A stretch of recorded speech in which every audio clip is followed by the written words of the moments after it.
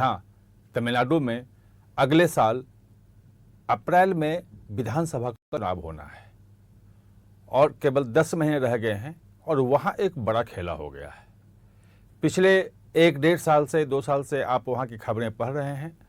वो तमाम चीज़ें जो आ रही हैं, जो मुद्दे उठ रहे हैं, वो डीएमके की तरफ से है। और जो उदयनिधि मारन, जो एमके स्टालिन वहाँ के मुख्यमंत्री हैं, उनके बेटे हैं, उनका बयान आया कि हिंदुत्व जो है वो डेंगू है, मलेरिया है, उसको इरिडिकेट करना है, ख़त्म करना है, नष्ट करना है। ये तमाम चीज़ें थी, उस पर पूरे देश में बवाल मचा, भाजपा ने उस पर प्रतिक्रिया दी। उसके बाद हिंदी का विवाद आया कि हिंदी थोपने नहीं देंगे, हिंदी का मुद्दा उठाया एमके स्टालिन ने जनवरी में इस साल। और उसके बाद फिर डिलिमिटेशन का मुद्दा आया और उसमें तमाम दक्षिण भारत के राज्यों को उन्होंने जोड़ने की कोशिश की और एक केंद्र सरकार के खिलाफ पूरा माहौल बनाने की कोशिश की।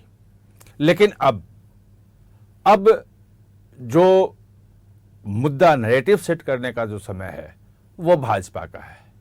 और पिछले हफ्ते आपने देखा कि मदुरई में मीनाक्षी टेम्पल में अमित शाह थे और वहाँ जो कार्यकर्ताओं से मुलाकात की, वहाँ बैठकें की, सब कुछ किया और वहाँ एक बड़ा जो काम लिया है और जिसको लेकर के डीएमके में हड़कंप मचा हुआ है, पूरे तमिलनाडु में विवाद छिड़ गया है, पूरी बहस शुरू हो गई है और वो है मुरुगन फेस्टिवल।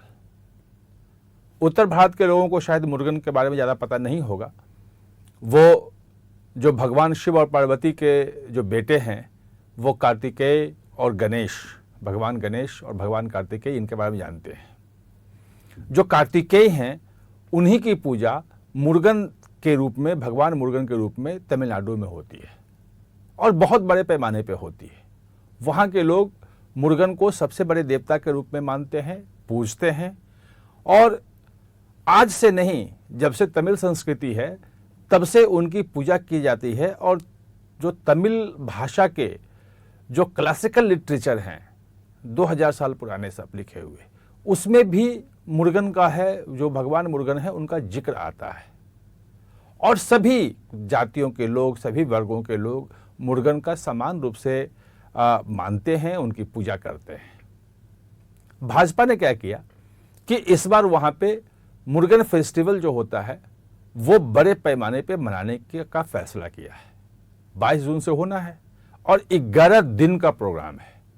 पूरे देश के बड़े बड़े लोगों को बुलाया जाना है, जिसमें जो पवन कल्याण, जो डिप्टी चीफ मिनिस्टर हैं और आंध्र प्रदेश के जो हिंदुत्व के एक नए चेहरे के रूप में सामने आए हैं, उन्होंने कह भी दिया है कि हम वहाँ पे जाएंगे। उनको तो निमंत्रण भी चला गया है और वो बड़े एक्टर हैं, उनके फेमस भी हैं साउथ में, वो पहुँच रहे हैं।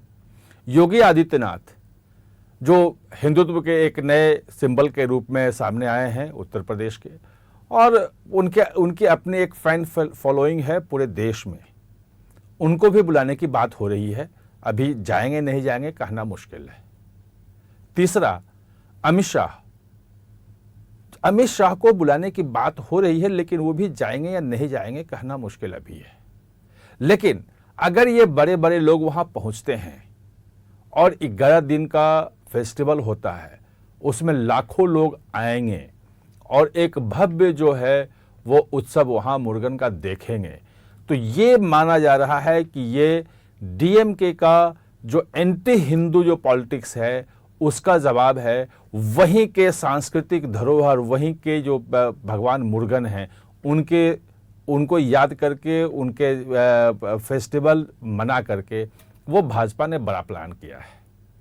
जाहिर है डीएमके के लिए ये थोड़ा सा बहुत मुश्किल समय हो गया है कि अगर लोग जिस ढंग से आप डीएमके को देखेंगे तो जो पेरियार हैं उनकी विचारधारा को लेके आगे चला। उनकी विचारधारा वो थी कि भगवान नाम की कोई चीज़ ही नहीं है, हिंदुत्व के खिलाफ पूरी विचारधारा थी। और डीएमके बना भी उसके बाद ही 1949 में, और वो एंटी हिंदी, एंटी हिंदू और तमाम चीज़ें वो पूरे उसमें रही। और मेनली नास्तिक लोग रहे हैं डीएमके की, जो पूरी पॉलिटिक्स उसी पे रही है। और ये सवाल भी उठता रहा है कि भाई डीएमके पॉलिटिक्स तो करती है नास्तिक जैसी, कि भगवान को नहीं मानती है, हिंदुत्व को नहीं मानती है, लेकिन एम.के. स्टालिन की पत्नी जो हैं या बाकी जो भी उनके घर की महिलाएं हैं वो भगवान की खूब पूजा करते हैं।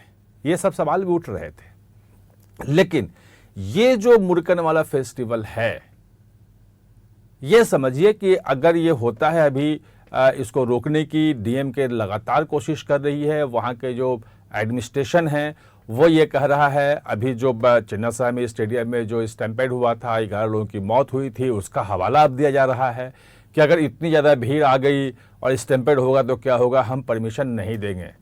इतने लोगों की गैदरिंग की और इतने लंबे फेस्टिवल के हम परमिशन नहीं देंगे। उसको 3 दिन तक सिमटाना चाहते हैं। बहुत कम संख्या हो, 10,000 20,000 केवल संख्या वहाँ पहुँचे, ऐसा चाह रहे हैं, क्योंकि उसका पूरा तमिलनाडु पे कोई इम्पैक्ट न दिखे, ऐसा करना चाह रहे हैं। वो देखना है कि होता क्या है, क्या भाजपा को रोक पाएंगे, क्योंकि हाईकोर्ट में भी वहाँ मुद्दा गया हुआ है। भाजपा पूरी जोर लगा रही है कि 11 दिनों तक मुर्गन फेस्टिवल चले। ये तो भाजपा ने नैरेटिव सेट किया। दूसरी तरफ जो डीएमके की नैरेटिव थी वो अपने आप उसकी हवा निकलती जा रही है।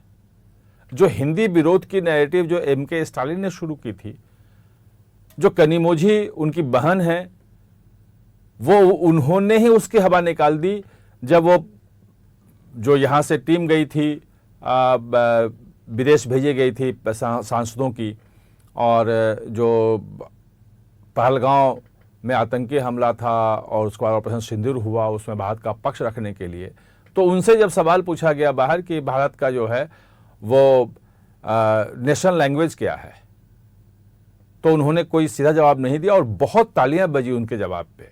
और उन्होंने कहा कि यूनिटी एंड डाइवर्सिटी हमारा जो है वो नेशनल लैंग्वेज है, यानी कि एकता और विविधता, ये दोनों भारत की जो है खूबसूरती है और यही हमारी भाषा है।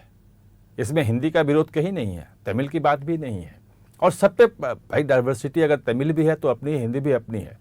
तो ये जो डाइवर्सिटी है जिसकी बात आरएसएस करता रहा, आरएसएस के मोहन भागवत, दत्तात्रेय होसबोले, सबने कहा कि भाई हम सबका सम्मान करते हैं और किसी पे कोई थोपे जाने की बात नहीं है। अमित शाह भी लगातार यही कहते रहे हैं। तो वो जो हिंदी विरोध वाली हवा थी वो ऑपरेशन सिंदूर के दौरान, और ये जो प्रतिनिधि मंडल जो विदेश गया उसमें कनिमोझी ने उसकी हवा भी निकाल दी।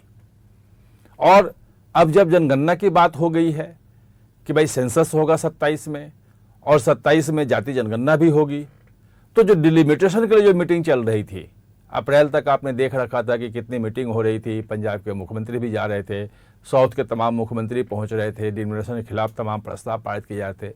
अब उसकी चर्चा भी नहीं है।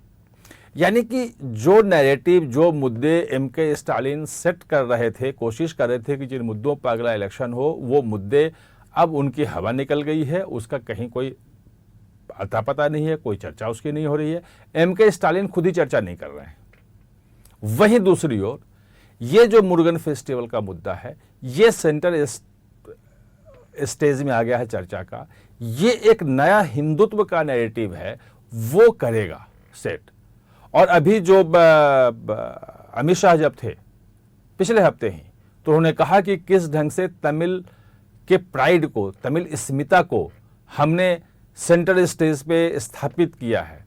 और उसमें उन्होंने सेंगोल का नाम लिया कि कैसे सेंगोल जो है वो तमिल संस्कृति का एक प्रतीक चिन्ह है, जिसमें सत्ता का हस्तांतरण होता है, और उसी के थ्रू जो है अंग्रेजों से भारत को सत्ता हस्तांतरण हुआ था 15 अगस्त 1947 को, और वो सिंगोल जो है वो पार्लियामेंट में हमने स्थापित किया है। यानी कि भारत की जो संसद को जो ताकत मिलती है वो तमिल का जो सांस्कृतिक प्रतीक चिन्ह है सिंगोल, उसके माध्यम से मिलती है।